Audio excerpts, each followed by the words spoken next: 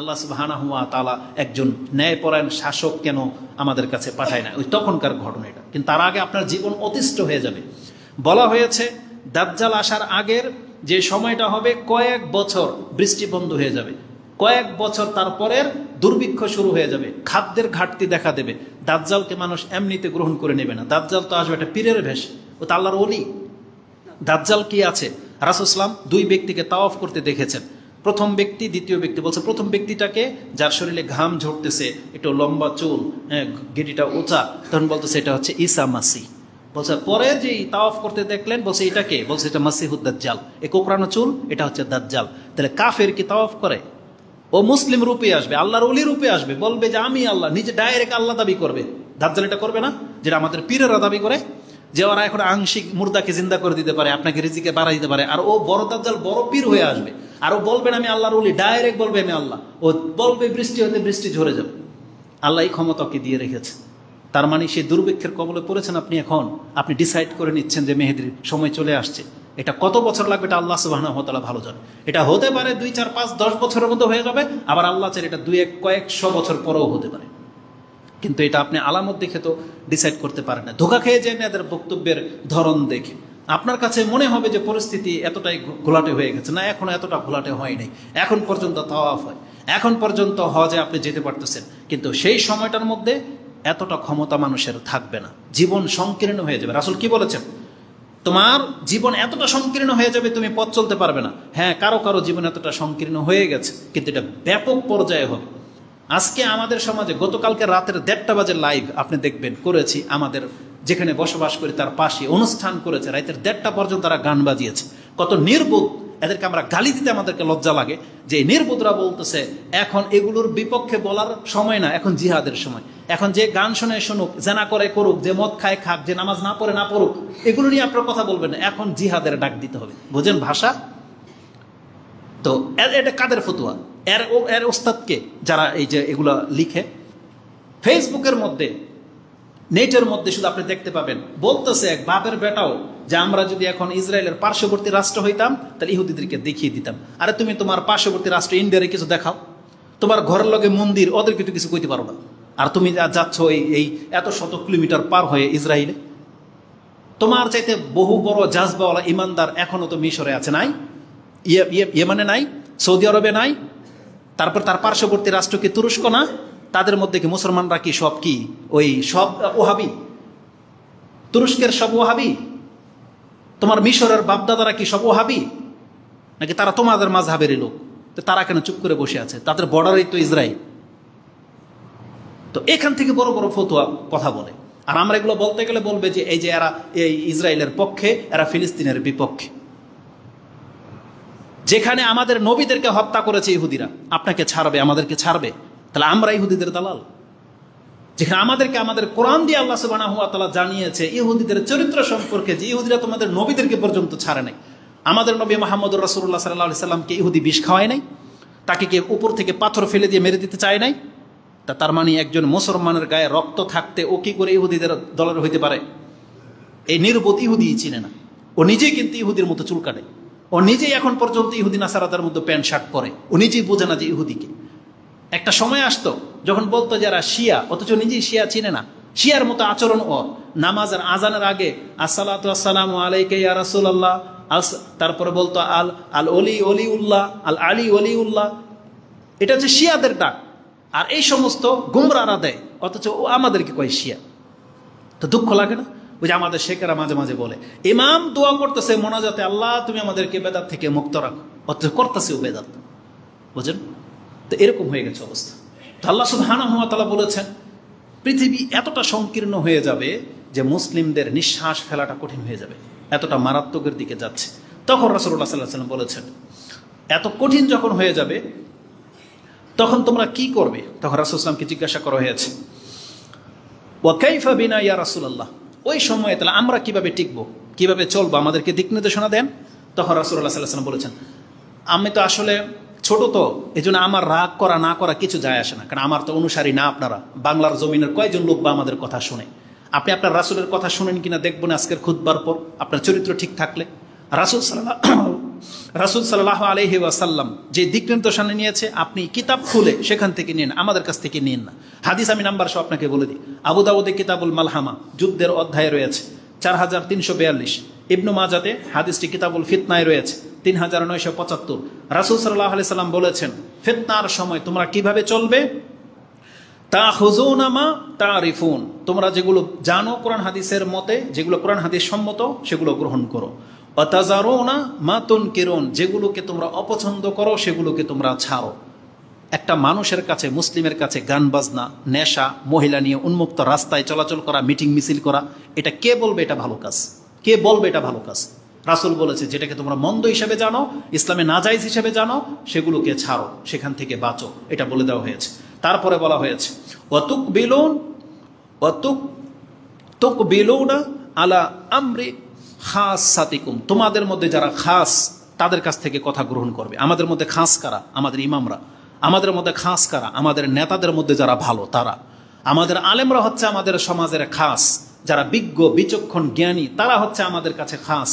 আল্লাহ সুবহানাহু ওয়া তাআলা রাসূল সাল্লাল্লাহু আলাইহি ওয়াসাল্লামের মাধ্যমে আমাদেরকে জানিয়েছেন, অতুকবিলুনা আলা আমরা খাসাতিকুম, তোমাদের খাস ব্যক্তিদের কাছ থেকে যে কথা আসবে তোমরা সেটা গ্রহণ করো। ওয়াতাজারুনা আমরা আম্মাতিকুম, আর তোমাদের জনসাধারণরা যা করে তাকে ছুঁড়ে ফেলে দাও, তা থেকে বেঁচে থাকো। আজকে জনসাধারণের ডাক এটা, যা খুশি তা। একটা মোবাইল পেয়ে গেছে, টিকটক বানায়, একটা পেজ খুলে নিয়েছে, সে দোকানে দোকানে গিয়ে প্রতিবাদ শিখায়। কিভাবে? নিজে সে কোকাকোলা 20 টাকা দা কিনে এটাকে ঢেলে সে প্রতিবাদ করলো। আপনি তো নিজের 20 টাকা নষ্ট করলেন। উচিত কি ছিল? কোকাকোলার প্রতিবাদ কি এমনি জানায়? আপনারা কি চিনেন না কোকাকোলাটা কোত্থেকে সাপ্লাই হয়? ওই ফ্যাক্টরি কি আপনাদের চোখে পড়ে নাই? আপনি চিনেন না যে কে কোন অঞ্চলে বাস করে? চিনেন না এদেরকে? আপনার অঞ্চলে যদি কোনো ফ্যাক্টরি থাকে, নাকি আপনি অন্ধ? তাহলে কোকাকোলা যেই জায়গাতে ফ্যাক্টরিটা আছে আপনি কি চিনেন না? বাংলার মানুষ, আপনি গণভবন, সংসদ ভবনে চলে যেতে পারেন, আর আপনি বান্দরবন পর্যন্ত চলে যেতে পারেন আল্লাহর নিদর্শন দেখার জন্য। কোকাকোলার কোম্পানিটা কোথায় সেটা আপনি চিনেন না? যান, গিয়ে কি করেন? যা করার করেন, ওখানে গিয়ে করেন। ওই মালিক কি নির্বোধ? ওই মালিক কি ইহুদি নাসারাদের দালাল? কোকাকোলার যেই ব্যক্তি কোম্পানি খুলেছে ও কি মুসলমানের বাচ্চা না? ও দেখে না পৃথিবীতে কি হচ্ছে? ওর যদি গায়ের মধ্যে মুসলিমের রক্ত থেকে থাকে, ও তো আপনাদের মাযহাবের লোক, তাহলে কোকাকোলা কোম্পানি বন্ধ কেন করে দেয় না? ওর ইমানের এটা জাগে না কেন যে আমার এই টাকার দরকার নাই? আমরা তো সৌদি আরবে প্রকাশ্য দেখেছি, ডেনমার্কে যখন রাসূল ইসলামকে ব্যঙ্গচিত্র অঙ্কন করলো, আমাদের ইসলামিক কালচারাল সেন্টারের দৃশ্য যেটা আমরা দেখেছি, এক সৌদি, সে ওই যে একটা জুস আছে যেটা সানটপ ডেনমার্কের ছিল, এনে জানতো না, বা হয়তো জানতো, ভালো একটা ব্র্যান্ড, সেজন্য খাওয়াইতো। তাদের দৃশ্য যদি দেখতেন আপনি, সাধারণ দোকানদারদের না, ইম্পোর্টার যিনি, তার পুরো স্টোরকে খালি করে ফেলে দিয়েছে, পুরো কন্টেনার ঢেলে দিয়েছে। ব্যস্তাম না আমি, এটা না ইমান? আমরা তো এটা সচক্ষে দেখি, আপনাদের চোখে পড়ে না? তাহলে আপনার বাংলাদেশের মুসলিমরা যারা কোকাকোলার বিজনেস ডিলার, ওরা এটাকে বন্ধ কেন করে না? আর না পারলে আপনি দোকানদারকে কেন গিয়ে ওই ইম্পোর্টারকে ধরেন, সাপ্লাইদেরকে ধরেন। এটাকে প্রতিবাদ বলে? যা আপনি নিজের টাকা দিয়ে কিনে নিজের টাকায় নষ্ট করবেন, কেন এটা করবেন আপনি? আবার আরেকটা নির্বোধ কি বলবো এদেরকে, কোকাকোলার প্রতিবাদ জানাইতে গিয়া সে ওই যে দেশীয় পণ্য যেটা, ওটার প্রমোট করতেছে, যে ওই যে আকিস কোম্পানির, বীরের কোম্পানির কি ওই যে মৌজু, তারপরে ফ্রেশ কোম্পানির যেটা আছে ফ্রেশ কোলা, এটার বদলে এটা খান। খাইতে হবে কেন? বয়কট করেন এগুলোকে। কারণ এরাও তো ইসলামের অনেক সময় নাজায়েজ কাজে লিপ্ত হয়, এরাও তো প্রমোট করে, গান বাজনার টাকা দেয়, নায়ক নায়িকাদেরকে তো এরা, প্লেয়ারদেরকে তো এরা চালায়। তাহলে শুধু খালি ইহুদি নাসারাই দোষ করলে দোষ, আপনার দোষ করলে দোষ না? যারা ইসলামের খেলাফ যাবে তাদেরটাই তো বয়কট করা উচিত ছিল। তার মানে বলবেন তাহলে আমরা খাবো কি? দুঃখ লাগে কি জানেন, যখনই কোনো কাফেরদের কোনো আচরণে বয়কটের ডাক আসে, যে প্রোডাক্টের ছবিগুলো দেওয়া হয়, আশ্চর্য লাগে। তাহলে আমরা মুসলিমরা ফ্রি ফায়ার, পাবজি, ক্রিকেট খেলা ছাড়া আর জীবনে করলাম বা কি? এগুলো সব যদি ইহুদি নাসারাদের প্রোডাক্ট হয়, তাহলে আমাদের মুসলমানরা কি করে? আপনি কি করবেন বলেন? আপনার জীবন মাথা থেকে পা পর্যন্ত যা ব্যবহার করেন আর যার খান, সবই ইহুদি নাসারাদের বানানো, সবই। তাহলে এটাকে যখন প্রতিবাদের আসে তখন কেন মাথায় আসে? তার বিকল্প কেন আমাদের মুসলিম রাষ্ট্রগুলোতে কোনো ব্যবস্থা নেয় না কেন? তারা শুধু খালি ইহুদি নাসারাদের উপরে ওই এই রং তামসার মধ্যে লিপ্ত।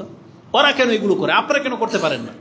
তাহলে আমরা বলবে যে এরা সুবিধাবাদী, এরা এখন ওই যে জিহাদে যেতে চায় না, আমরা নাকি জিহাদের কথা বলি না, অথচ এরা সব কিন্তু এগুলোর মধ্যে লিপ্ত। এদের বক্তব্য ঘাটেন, দেখতে পাবেন এরাই তো কোকাকোলা খায়, এরাই তো এটাকে প্রমোট করবে। কয়েকদিন আগে তো এদের বক্তাই বলেছে কিনলে কিনবেন পানি, কোকাকোলা কোম্পানি ভালো ব্র্যান্ডের পানি, এরাই তো বক্তব্য দিয়েছে। আল্লাহ এদেরকে হেদায়েত করুক। তা আল্লাহ সুবহানাহু ওয়া তাআলা আমাদেরকে যে দিক নির্দেশনা দিয়েছে, রাসূল বলেছেন কি, ওয়াতাজারুনা আমরা আম্মাতিকুম, জনসাধারণ যা করে তা থেকে বেঁচে থাকো। আজকে কোরআন সুন্নাহর অনুসারী হয়ে আপনি ওদের সংখ্যা দেখে ধোঁকা খেয়ে গেলেন, মানহাজ ভুলে গেলেন, যা একটা তাই ফতুয়ার একটা ডাক চলে আসছে, কে কার পক্ষ থেকে ডাকলো, একটা ক্রিকেটার ডাকলেও আপনাকে ধর্ম পালন করেন, তার পেছনে পেছনে আপনি হেমিলিনার বাসিলার মতো রাস্তায় নেমে যান। কিছু হলেই রাস্তা, গার্মেন্টসের কোনো সমস্যা, রাস্তা বন্ধ, গাড়িওয়ালার সমস্যা, রাস্তা বন্ধ, একটা কেউ অ্যাক্সিডেন্ট হয়ে মরলো, তাও রাস্তা বন্ধ, কেউ অ্যাক্সিডেন্ট করে মারলো, তাও রাস্তা বন্ধ, রাজনীতির প্রেক্ষাপট, রাস্তা বন্ধ, কিছু হলেই রাস্তা বন্ধ, গাড়ি ভাঙচুর বা এই সেই। আপনি নিজেও তো ভুক্তভোগী। আপনার নিজের মা বোন যখন গাড়িতে থাকে, অ্যাম্বুলেন্সে থাকে, রাস্তা বন্ধ, তখন আপনি বোঝেন যেগুলো ঠিক জায়েজ নেই, হুজুররা ঠিকই কয় যেগুলো জায়েজ নেই। কিন্তু একদিন দুই দিনের জন্য আপনি করবেন, করেন, যেটা আপনাদের হুজুরদের ফতুয়া এটা, কিন্তু এতে কার কি উপকার হলো এটা হচ্ছে দেখার বিষয়। এর চাইতে বড় ব্যাপার যেগুলো, সেগুলো করতে হবে। আমাদের উপদেশ তো কেউ নেয় না। আমাদের দেশের রাষ্ট্র নায়ককে আপনি স্থায়ীভাবে গ্রহণ করেন।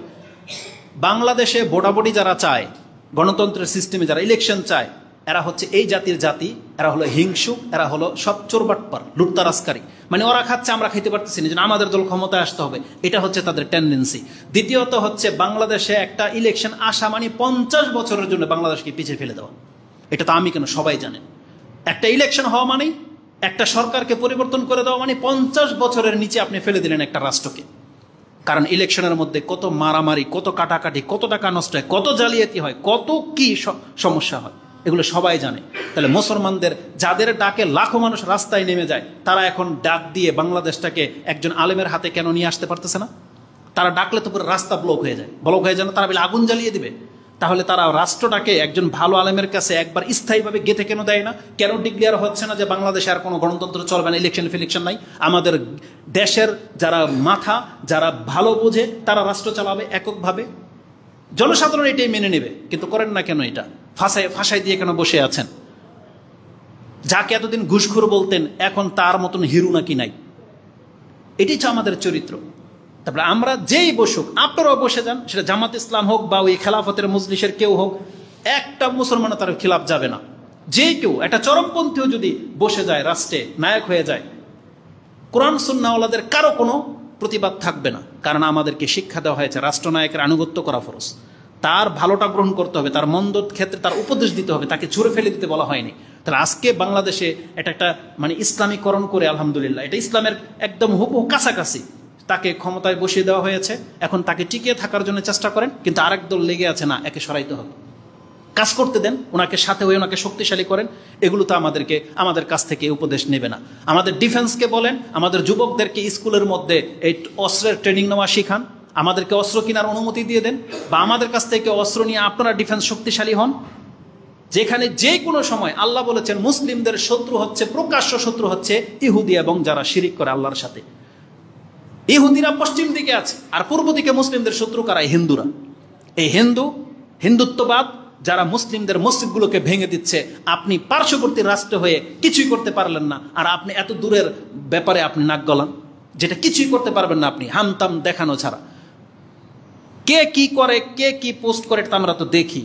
আমাদের আর এটা ছাড়া আর কিছু বলার নাই। তা আল্লাহ সুবহানাহু ওয়া তাআলা আমাদেরকে হেফাজতের মালিক।